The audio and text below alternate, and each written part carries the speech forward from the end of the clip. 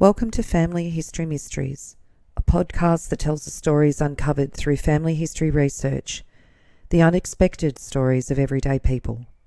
I am an avid family historian who has been compiling my family tree for over 15 years, with nearly 20,000 people recorded in my trees. And please put a review on my podcast. That will certainly help in getting the word out there and creating more listenership. Episode 213. Barbara Baynton. Barbara Baynton was born Barbara Lawrence on the 4th of June 1857 at Gundy near Scone in New South Wales. She was the seventh born to 8 children of John Lawrence, a carpenter, cedar cutter and timber worker, and Eliza Hewitt. They had arrived in Sydney from Londonderry Island as bounty immigrants on the Royal Consort on the 9th of November 1840. There are a number of stories about Barbara's parents' marriage. Baynton herself used to claim that her mother first married her cousin, whose surname was Hewitt, in England, and that Lawrence was a Bengal lancer that she met on the voyage out. In the publication of Gullett's memoir in 1962, it stated that she was the illegitimate child of Penelope Hewitt and Robert Kilpatrick, with whom her mother had allegedly formed a liaison while on board the ship to Australia. While Baynton's birth certificate records show her parents as John and Elizabeth Lawrence, it is speculated that Elizabeth Lawrence did indeed leave her farm labourer husband John soon after arriving in Sydney and lived in a long de facto relationship with Kilpatrick, who was the carpenter, who'd migrated from the same part of Ireland a few months earlier. To minimise the public fuss, it's speculated that Kilpatrick took Lawrence's name and eventually, after the real John Lawrence died, he married Elizabeth in 1862. A certificate of a marriage between Elizabeth Lawrence, a widow, and John Lawrence, a bachelor, is indeed registered at Murrurundi in New South Wales. And in the Canberra Times on the 29th of November 1980, it says that Barbara Baynton was born in 1857 and grew up in the Murrurundi-Quirindi area of New South Wales. And they did a bit of research, and it says by painstakingly searching for records, the editors have been able to clear up the mystery surrounding her origins and at the same time dispel the romantic legend which Baynton had woven around herself. She seems to have been a rags-to-riches girl. Barbara was educated at home and had an interrupted schooling due both to poverty and to very poor eyesight. She was nearsighted and much of the landscape was a blur. But subject to the limited resources available to her, Scone gained a public library when she was 13 and she became an avid reader, enjoying the works of Dickens and Russian novelists. Barbara's early life in the Upper Hunter, around Scone and Murrurundi, was neither comfortable nor cultured. There was a period of economic depression in the colony, and her father was absent for long periods, working at various rural jobs, and her mother was in frequent childbirth, and the family was mostly in straitened circumstances. In 1875, Barbara began applying for positions as a governess.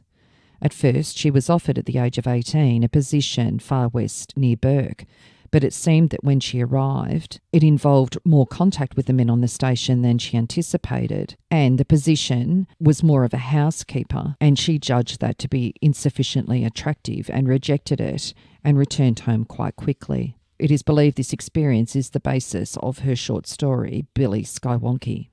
The second position that she obtained was closer to home, near Murrurundi, and it was for the freighter family that lived at Merrilong Park, 100 kilometres northwest of Quirindi, for whom she was to supervise the younger 3 or 4 of their 7 children. Barbara said to the family that she was born in 1862, making herself 5 years younger, to Penelope Hewitt and Captain Robert Lawrence Kilpatrick of the Bengal Light Cavalry. This fictional narrative of her birth gave her an entree to the polite circles as a governess. On the 24th of June 1880, at the Tamworth Presbyterian Church, she married Alexander Frater, known as Doc, one of the older sons of her employers. In 1881, Alexander's father gave them a largely uncleared property in the Coonamble region with a primitive timber shack and the nearest neighbour a day's ride away. Alexander established a home paddock to run a few cattle, but he was more interested in drinking and gambling than clearing the scrub, and he left the running of the cattle to Barbara, which was a problem as she could barely see them in the distance or make out the way home if she wandered any distance with them. Alexander spent little time at home, preferring droving and other rural labour to establishing the farm in poor country. They had 2 sons and a daughter, Alexander in 1881, Robert in 1883, and Elizabeth, known as Penelope, in 1885. When Barbara was pregnant with her daughter, she brought her young niece Sarah to help with the children and the domestic and farm labour work. In exchange for Sarah's help, Barbara was to teach her to read and write. A little more than a year later, she discovered that her husband and her niece were now involved and Sarah was pregnant. Barbara challenged them when she rose early one morning to take eggs to the market, and when she returned, she found Alex and Sarah together. They lived an uneasy truce, and in March 1887, Alexander suggested to Barbara to go to Sydney with the children for her health and a change of air. Barbara accepted the offer, but while Barbara was away, Alexander fled to Narrabri with Sarah.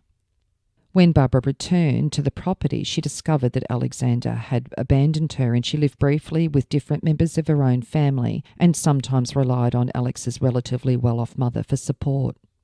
For a short period around this time, Barbara also supported herself as a milliner in the small tin mining town of Emmaville in northern New South Wales near Glen Innes. Barbara instituted divorce proceedings in December 1888. On the 11th of December 1888 in the Supreme Court, Frater versus Frater. The petitioning wife, Barbara Frater, prayed for dispensation of further service on the respondent husband, Alexander Frater, on the ground that his movements with stock was of so migratory a nature that it would be almost impossible to get at him.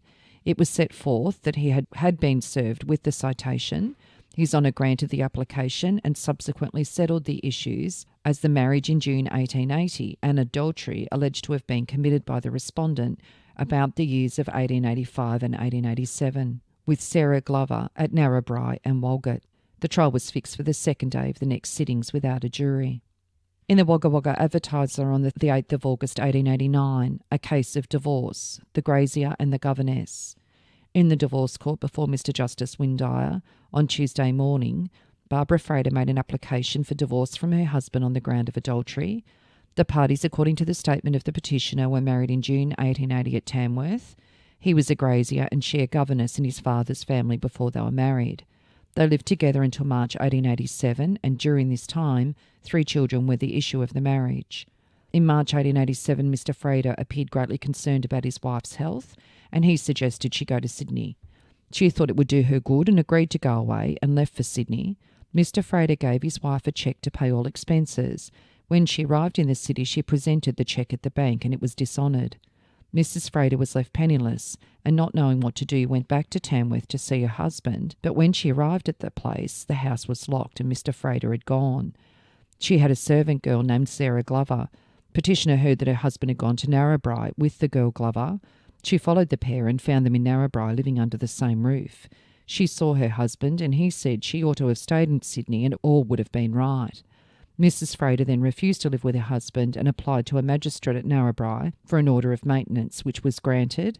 His Honour granted the decree nisi, returnable in 6 months, the petitioner to have custody of the children. So the decree absolute was granted on the 4th of March 1890. Mr Justice Windire sat for a short time in divorce yesterday and granted an order. Frater versus Frater, the decree nisi for dissolution of marriage made absolute. And a little on Alexander and Sarah and what became of them.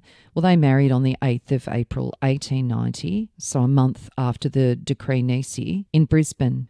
Sarah had been born on the 3rd of August 1864 in Leyburn, Queensland, so Alexander was 5 years older than her. In the beginning, Sarah was sent to stay with the Frater brothers in Queensland while Alexander moved about shearing and droving. She had no house of her own, little money, and was yet officially married. When they finally had a place of their own in a remote part of northern New South Wales, Alexander still preferred working away, leaving Sarah with their ever-growing family. By 1900, they'd had 6 children, delivered mostly by her mother while Alexander was away, and her hair had turned completely white. For weeks, even months, Sarah was left alone. She'd been reduced to such despair, she'd written to Penelope Frater describing her situation and asking for help. Penelope sent her a brisk letter with a £5 note and a bolt of cotton, calling her a hussy and telling her never to write again. Sarah swallowed her pride enough to accept the gift, but showed her spirit in refusing to cater to Penelope Frater's elegances when she called on her. She stayed indoors, forcing Penelope to drive all the way up to the house and knock on the door. Most women, aware of Penelope's ancestry, hurried down to the gate to meet her. By early 1905, Sarah had given birth to 10 children. Alexander was away droving now for 2 years at a stretch, and he sent no money back. The family had moved to Barnbar, another property south of Narrabri, given to Alexander by his father. In 1908, Sarah was once again pregnant for the 11th and final time. Sarah had gone to stay with her mother, giving birth to her son Kenneth under the cherry tree not far from the house. It stretched her limited resources to breaking point.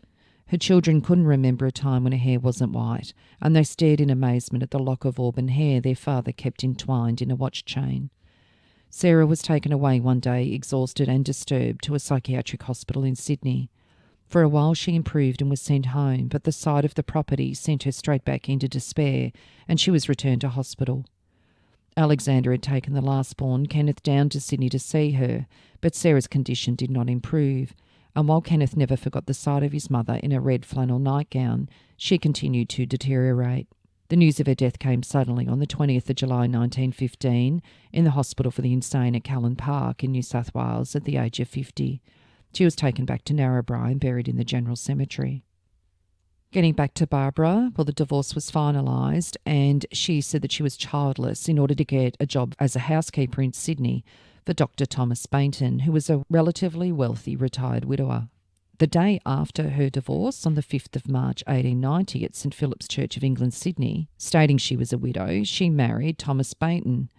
He was a retired surgeon with literary and academic friends, and he had a home in Wallara. They married at the minister's residence at Leganhoe Street in Arncliffe in Rockdale, and her name was listed as Barbara Jane Ainsley Lawrence, daughter of John Lawrence and Elizabeth Hewitt. On her certificate of marriage to Alexander Frater, Barbara gave her birth date as 1861 and her father's occupation as contractor. On this occasion, she gave her birth date as 1862 and her father's occupation as a clerk in holy orders. On her second writing of this certificate, her birth date was corrected. A little background on Thomas Baynton. He'd spent many years travelling Australia and moving in literary circles. He lived for a time in Western Australia before finally settling in Sydney. Thomas had now become an instant father to 2 boys aged 7 and 5 and a girl aged 3. By all accounts, he was a good and understanding stepfather who spent more time with the children than Barbara did. This was understandable as Barbara was striving to gain recognition for her work, although without much success. Her main occupation before they married was door-to-door selling of religious publications in order to support herself and the children. During his travels, Thomas added to the collection of antiques that he'd inherited from his father. The Bayntons seemed to enjoy a mutually supportive and relatively equal marriage. It was an exceptionally happy marriage, and Barbara now had the security she craved. Financial, emotional and domestic security enabled her to write and develop other intellectual interests. Barbara also became absorbed in her husband's knowledge of the arts, and she began to add to her husband's collection of Georgian silver and antiques. Barbara was robust and vigorous, overflowing with vitality, and she began to write short stories, verse and articles for the Bulletin. Bayton's writing drew on the loneliness and fear that she felt whilst isolated in the bush. She found an ally in Alfred G. Stevens, the editor of the Bulletin, and Stevens was a frequent visitor to the Baytons' home in Wallara and later where they lived in Ashfield, and he remained a correspondent of Barbara's when she later lived in England. She also found an ally in Rose Scott, who was to become a lifelong friend. Rose was her Wallara neighbour and a suffragist. Barbara became a member of Rose's New South Wales Womanhood Suffrage League from 1889 to 1900. She campaigned against women's suffrage in England a decade later and wrote and campaigned for support for single mothers at the Crown Street Women's Hospital. She urged riders to form a union. She railed against the indignity of domestic service, but interestingly, she was never without domestic help from the time of her second marriage until her death 40 years later.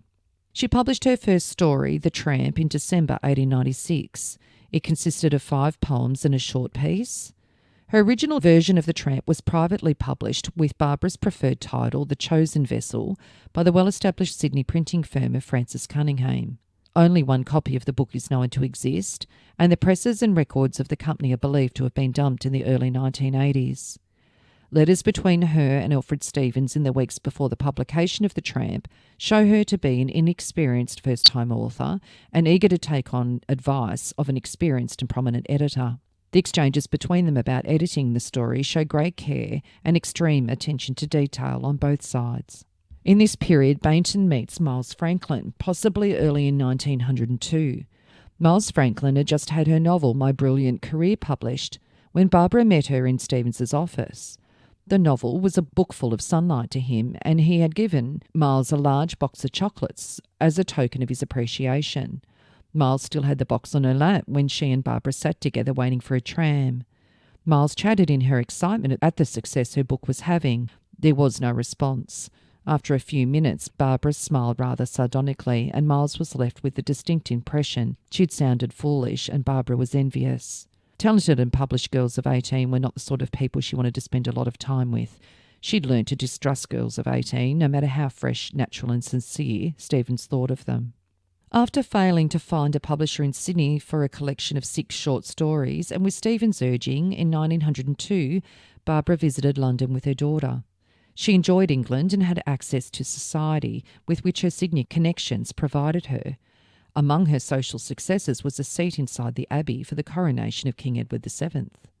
With the help of Edward Garnett, the critic, Bush Studies was published that year by Duckworth and Company. She did not romanticise bush life and showed a savage revulsion against its loneliness and harshness. Her other short stories, A Dreamer, Scrammy and Squeaker's Mate, were chilling tales of terror and nightmare. Alfred Stevens reviewed the Bush Studies in the Bulletin on the 14th of February 1903.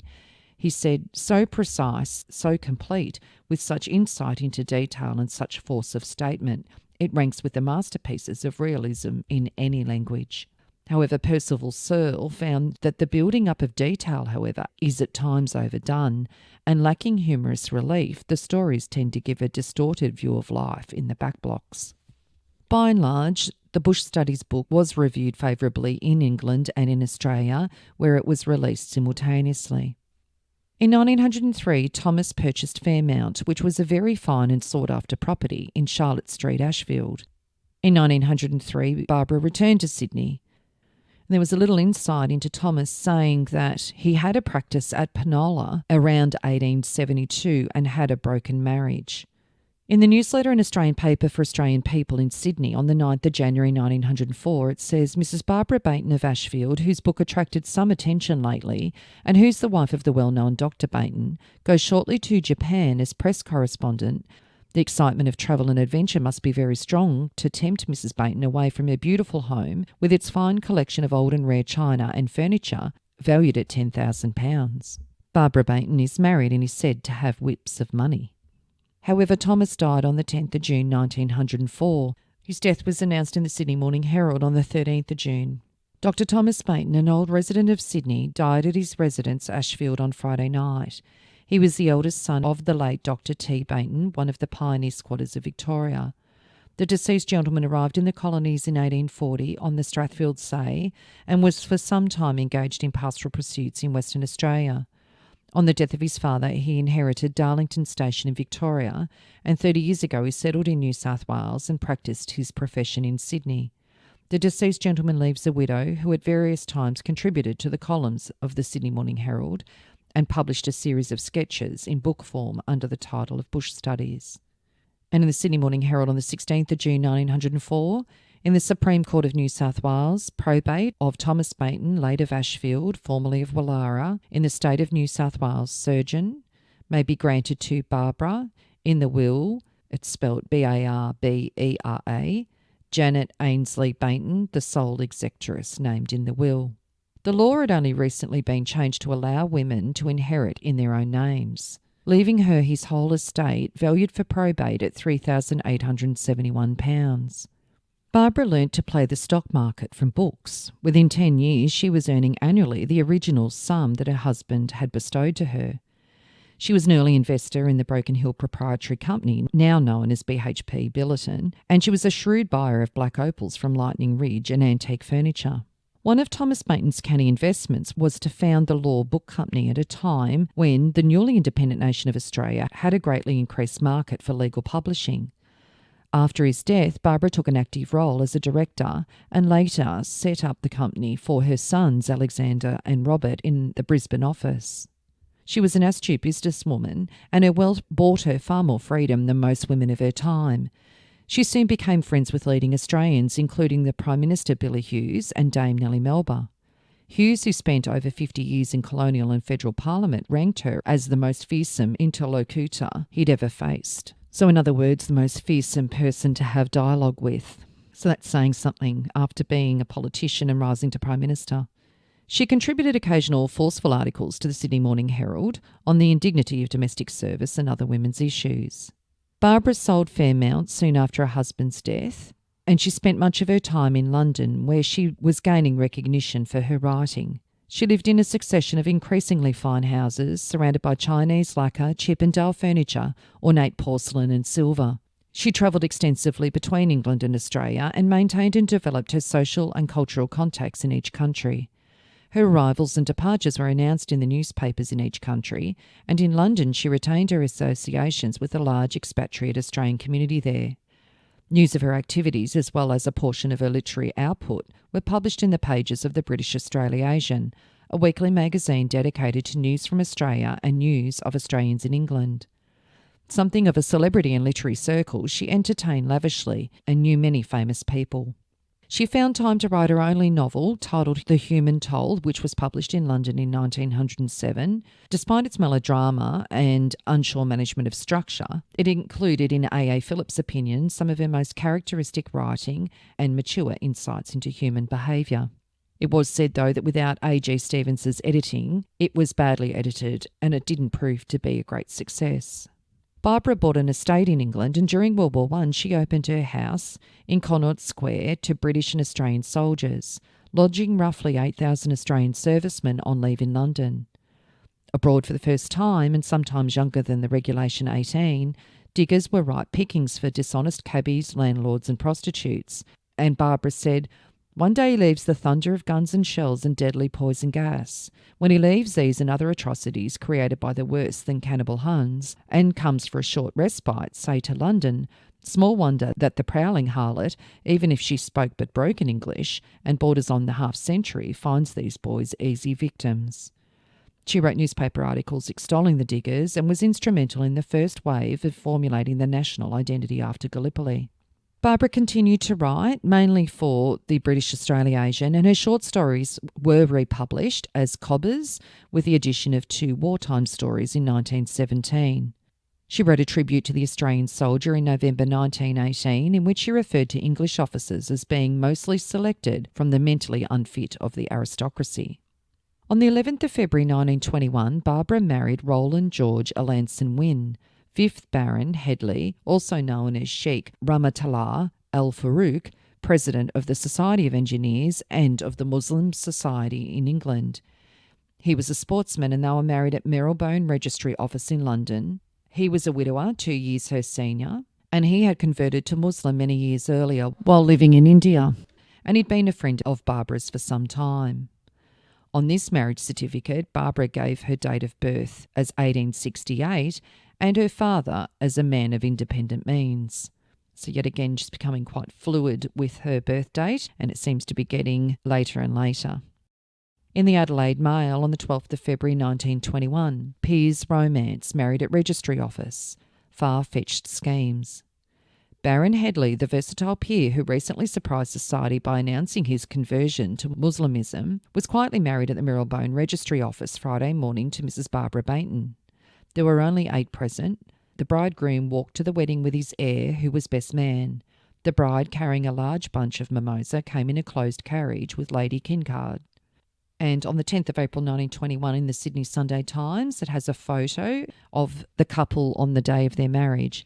It says, reading from left to right, Mrs. Eaton, the Honorary Rowland Alanson-Winn, eldest son of the bridegroom, Lady Headley, Lord Headley, and the Honorary Helen Alanson-Winn, sister of the bridegroom. Lord Headley and Mrs. Barbara Baynton were married at Marylebone Registry Office on the 11th of February, only a few friends and relatives being present.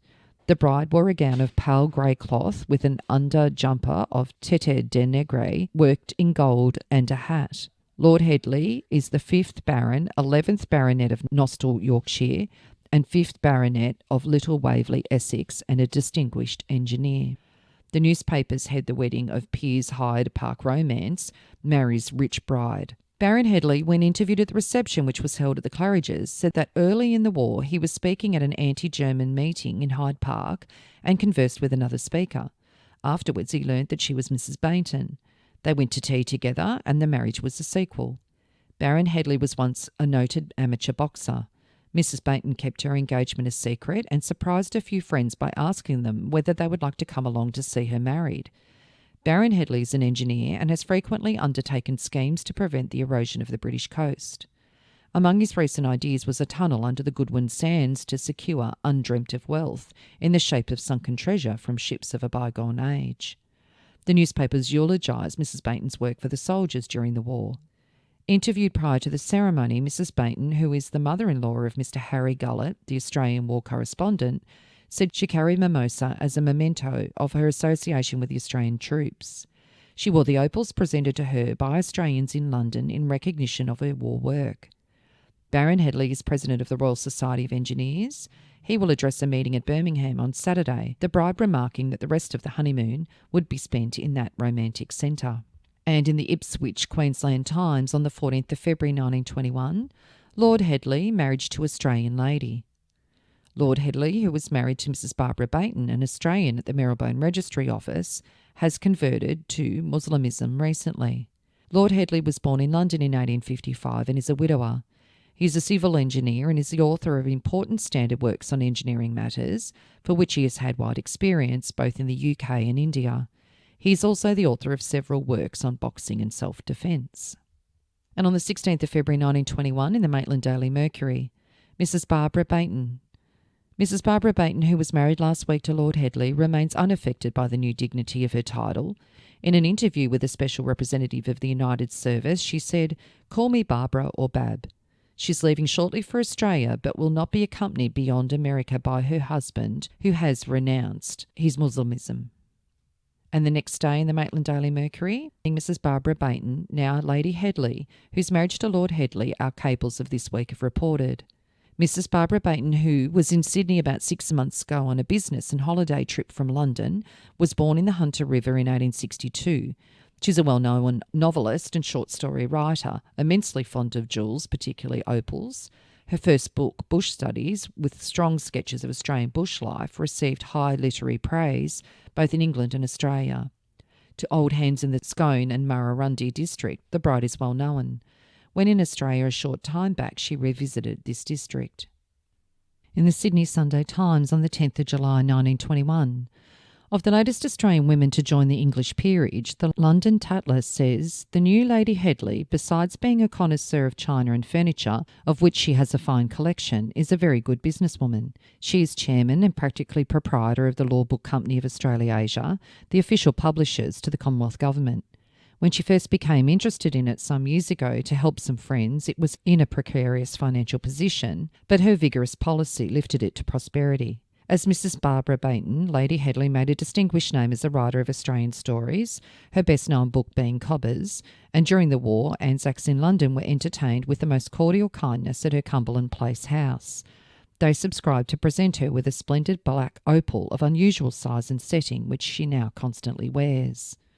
And on the 28th of August 1921, in the Sydney Sunday Times, Australian peeress returns. Lady Headley talks of England's changing times. Lady Headley, the latest Australian to enter the peerage, will never be anything but Barbara Baynton to her friends. A woman of such vigorous, outstanding personality is too big to change.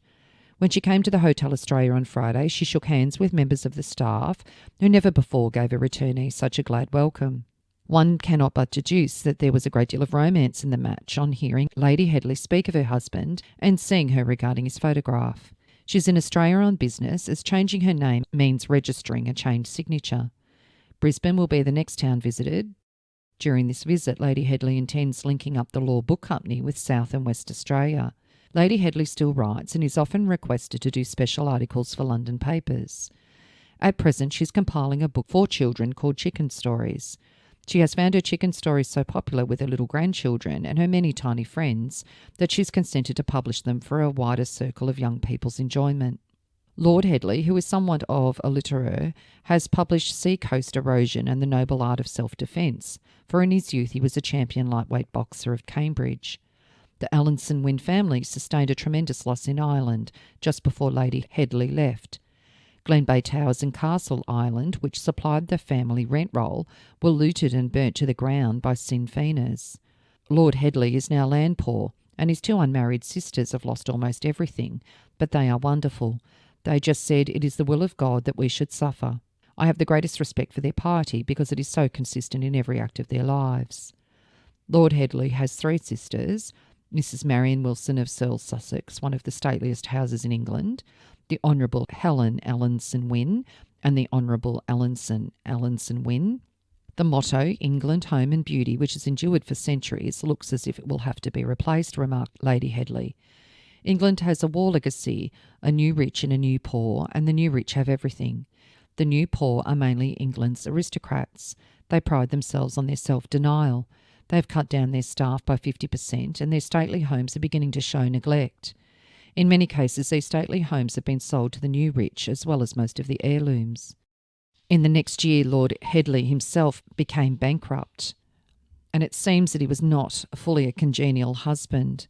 Her money and his titles seemed to be more mutually attractive than their personalities. They lived together for only a short time, and in 1924, which promised to be publicly scandalous, divorce proceedings began, and they then agreed just to settle for a judicial separation. It was said she was outraged when he refused the throne of Albania and returned to Melbourne in a huff. But it was also said that Lord Headley initially wanted to divorce her when he couldn't get at her money to support his castle in Ireland. On the 8th of May 1924 in the Adelaide Register, Headley's separation suit. A judicial separation suit brought by Baron Headley, the Muslim peer, has been settled. Lord and Lady Headley, who first met at a public gathering in Hyde Park, at which they were speakers, were married in 1921.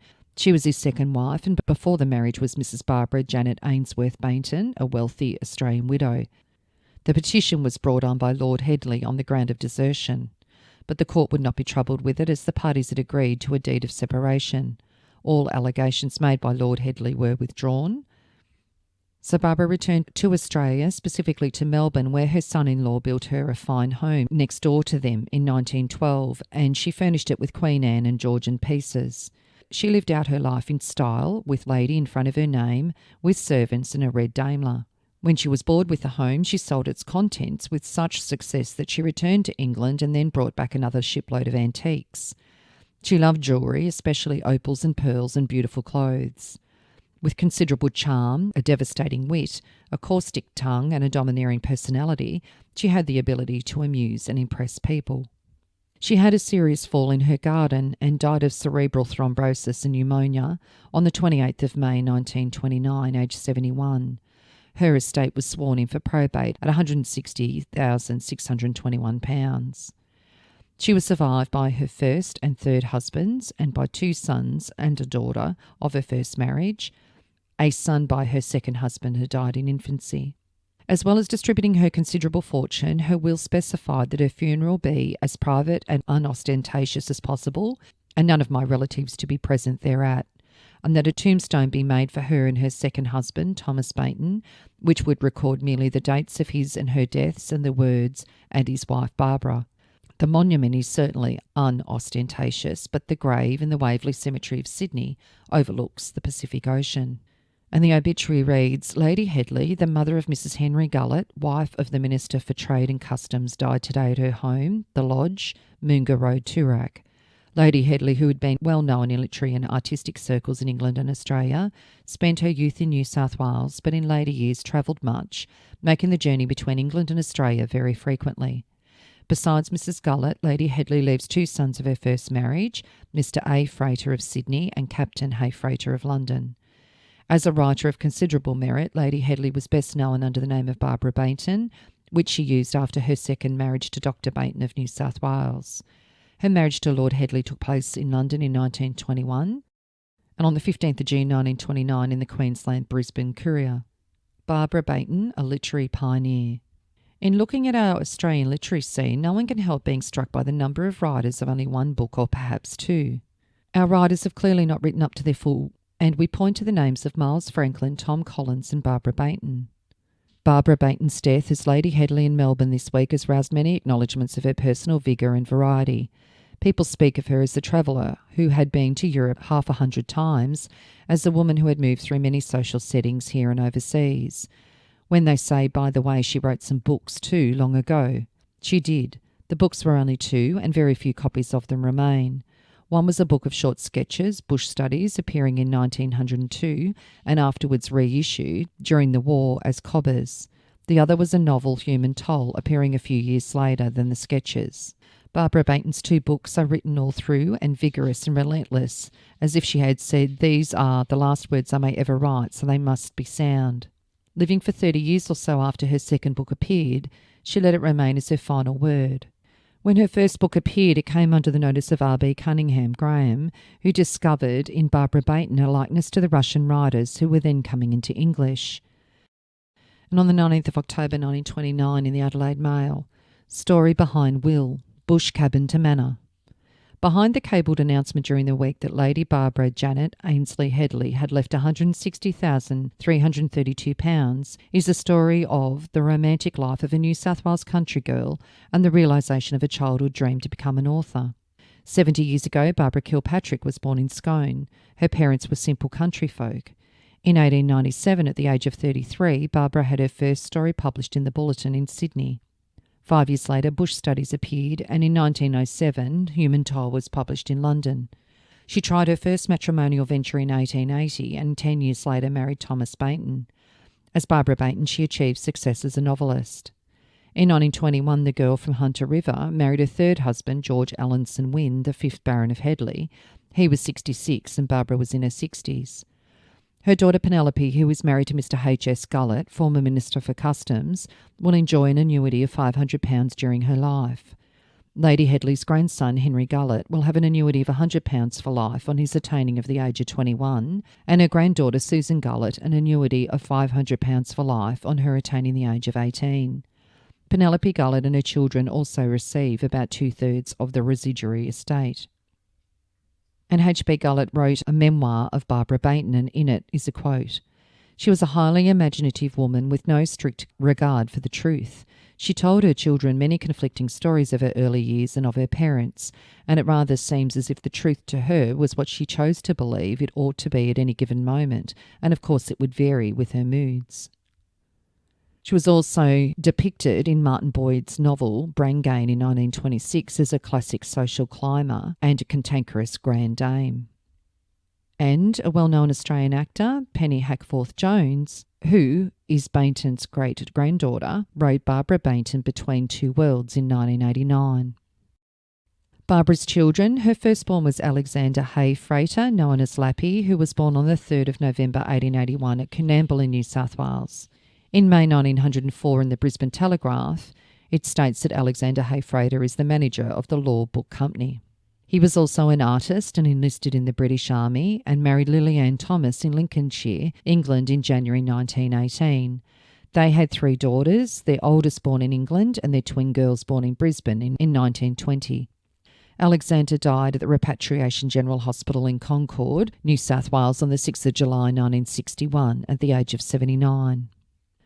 Her second child was Robert Guy Frater, known as Weed, born in September 1883 near Coonamble in New South Wales.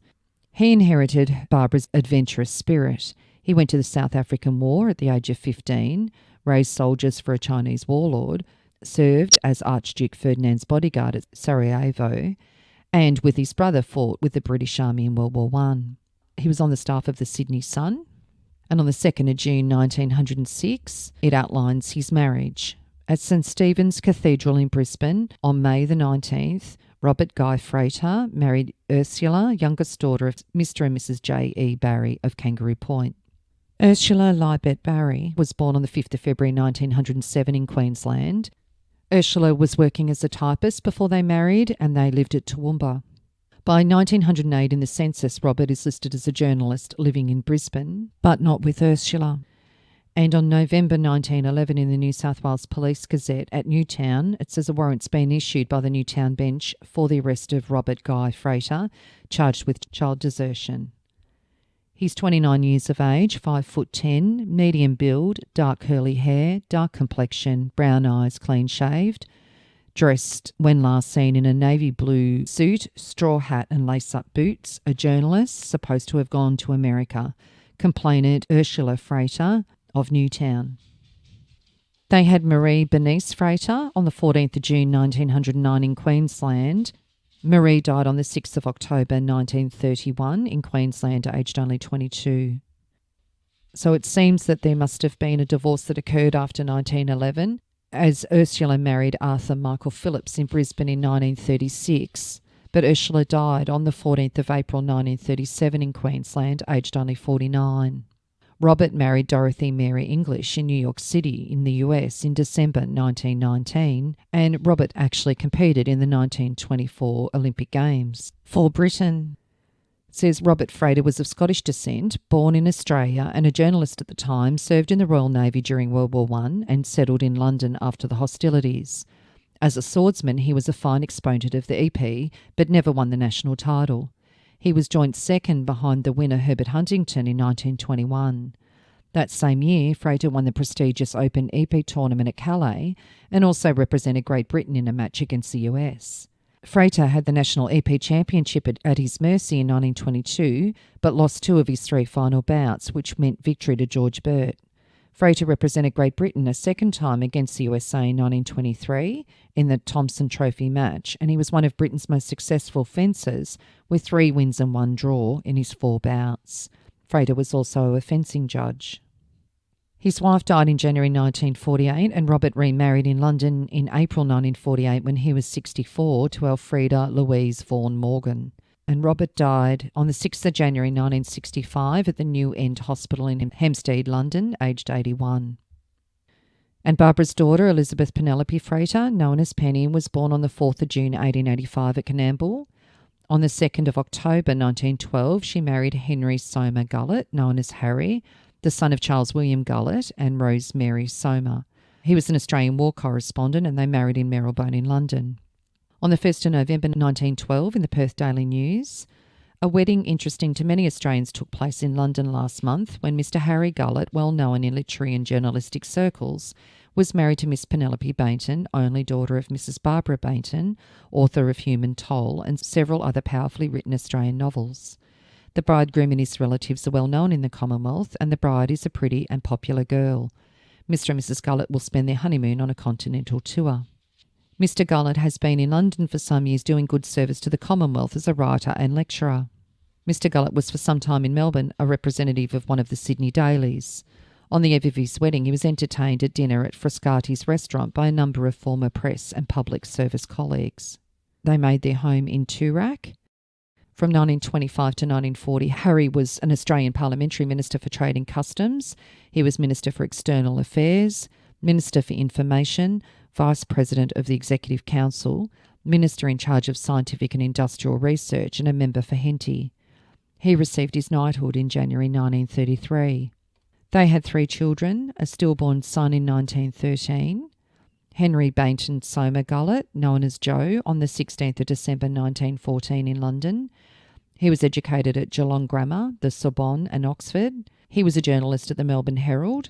He also served in the 2nd AIF in the Middle East, Greece, New Guinea and Europe, and was awarded the Military Cross in 1943, and he was a politician and a diplomat.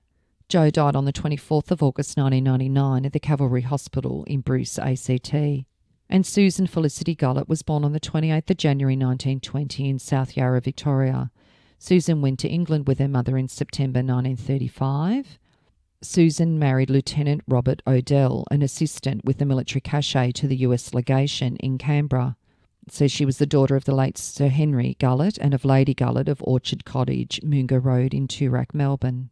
Sir Keith Murdoch gave the bride away, and the reception was held at the home of the bride's mother, and that was on the 6th of June 1942.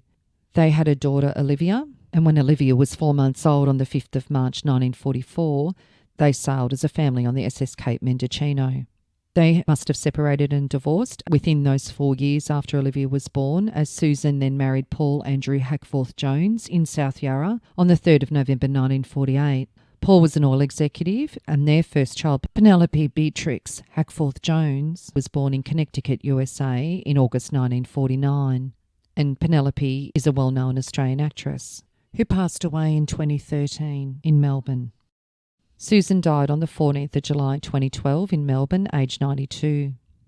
On the 13th of August 1940 in Canberra, Harry Gullett was killed in a Canberra air disaster. All 10 victims died of fractured skulls when the plane hit the ground and before the wreck burst into flames. Sir Henry was identified by his dental plate. He was 62. His estate was valued at probate at £13,265. And Lady Penelope Gullett is featured in a photograph in Canberra in 1955 with Dame Mary Hughes and Dame Enid Lyons. Penelope died in December 1960 in Victoria. So I hope you enjoyed the interesting story of Barbara Baynton. If you are interested in sharing your story on my podcast Family History Mysteries, please go to my Facebook page and send me a message. If you would like some assistance in filling in the gaps in your family tree to see what mysteries you solve, please get in touch. And don't forget you can have early access to episodes by subscribing, and you'll also gain access to bonus episodes.